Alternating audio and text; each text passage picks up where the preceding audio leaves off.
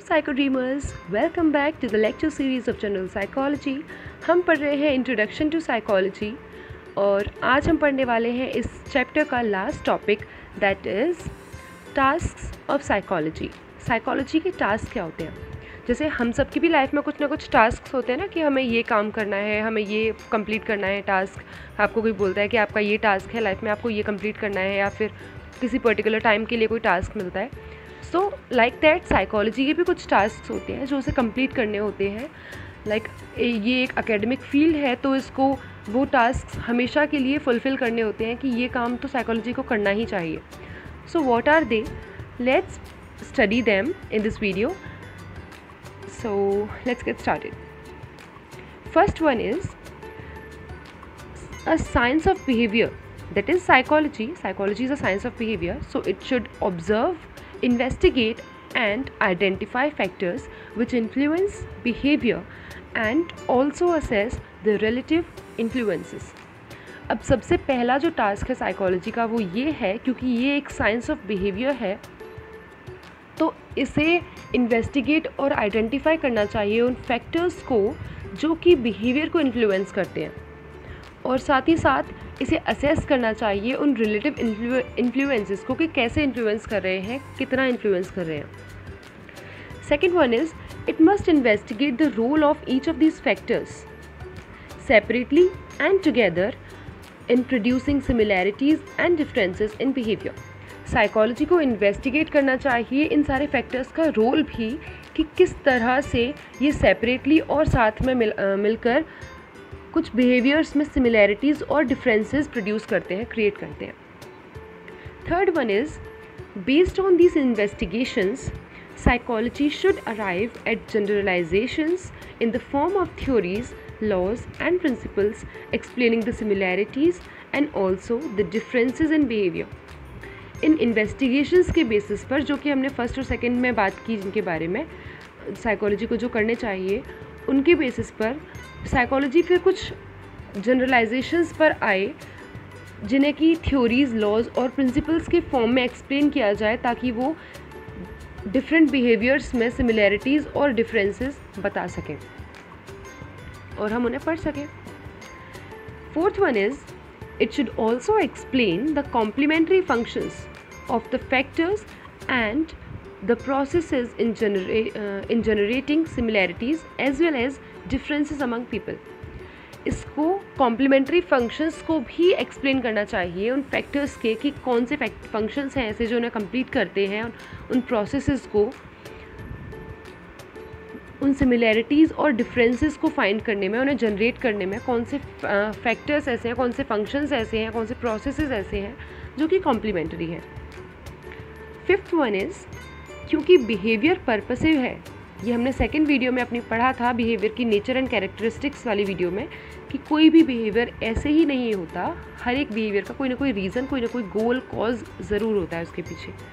सो अब चूँकि behaviour purposive है, कोई ना कोई पर्पस है उसका, तो साइकोलॉजी को उस पर्पस का नेचर, काइंड्स और नंबर भी तो फाइंड करना चाहिए ना, कि कितने पर्पस हैं, किस तरह के पर्पस हैं, उन पर्पसेस का नेचर क्या है, और साथ ही साथ origin and development and the relationship among them.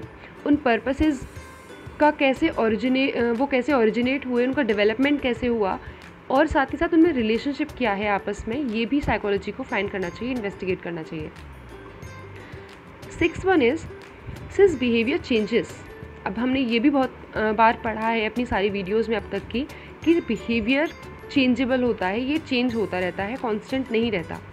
तो ये रिस्पॉन्सिबिलिटी बनती है फिर साइकोलॉजी की, कि ये स्टडी करे उन चेंजेस के नेचर को, काइंड्स को और प्रोसेसेस को जो कि गवर्न करते हैं उनको, उन चेंजेस को, and the interaction among different kinds of changes. और उन जो अलग अलग तरह के जो चेंजेस होते हैं उनमें इंटरेक्शन कैसे होता है, किस किस तरह के चेंजेस हैं आपस में, वो किस तरह इंटर रिलेटेड हैं, इसको भी साइकोलॉजी को स्टडी करना चाहिए। Seventh one is while changes in behavior are to be understood, stability and consistency in behavior also need to be explained. जब बिहेवियर में चेंजेस को समझना ज़रूरी है, हमने ये भी पढ़ा है कि चेंजेस के साथ साथ कुछ बिहेवियर्स ऐसे होते हैं जो यूनिवर्सल होते हैं, जो स्टेबल होते हैं, कांस्टेंट होते हैं, जो ना तो एनवायरनमेंट के बदलने पर बदलते हैं, ना ही वो सिचुएशंस के बदलने पर बदलते हैं, और कुछ ऐसे भी होते हैं जो यूनिवर्सली सेम होते हैं, जो कल्चर्स में भी डिफरेंट नहीं होते हैं। जैसे कि किसी शेर के आ जाने पर, unless it is in a zoo, अगर किसी जंगल में आप हैं और वहाँ पर कोई शेर आ जाता है और आपकी तरफ वो आने लगता है, तो कोई भी इंसान हो उस जगह पर वो भागेगा उस शेर से बचने के लिए, या छुपने की कोशिश करेगा, उससे बचने के लिए कोशिश करेगा। उसको हेलो तो कोई भी नहीं बोलेगा, राइट। सो इस तरह के कुछ बिहेवियर्स, और जैसे अपने कल्चर्स में, जैसे कुछ कल्चर्स में वो करते हैं अपने एल्डर्स के और गॉड के सामने, तो ये कुछ बिहेवियर्स होते हैं जो स्टेबल रहते हैं हमेशा, टाइम के साथ ये चेंज नहीं होते। तो ऐसे बिहेवियर्स को भी साइकोलॉजी को एक्सप्लेन करना चाहिए। 8th one is the master concern of psychology is to explain how change and stability, similarities and differences are organized and integrated to produce both generality and uniqueness in behavior.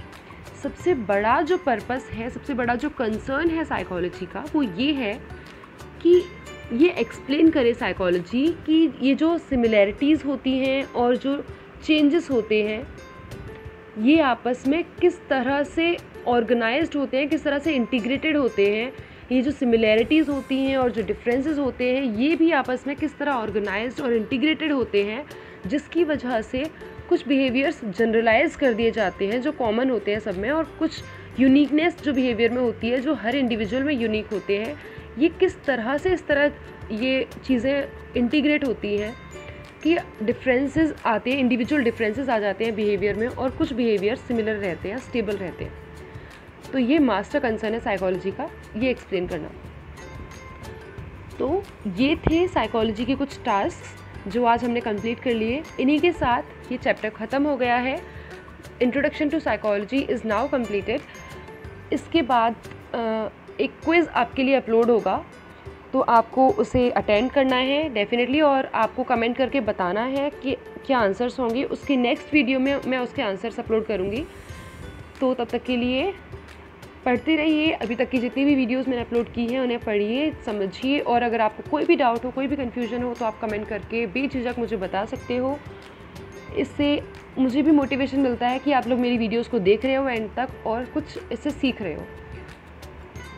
So keep growing, keep studying, take care, bye bye.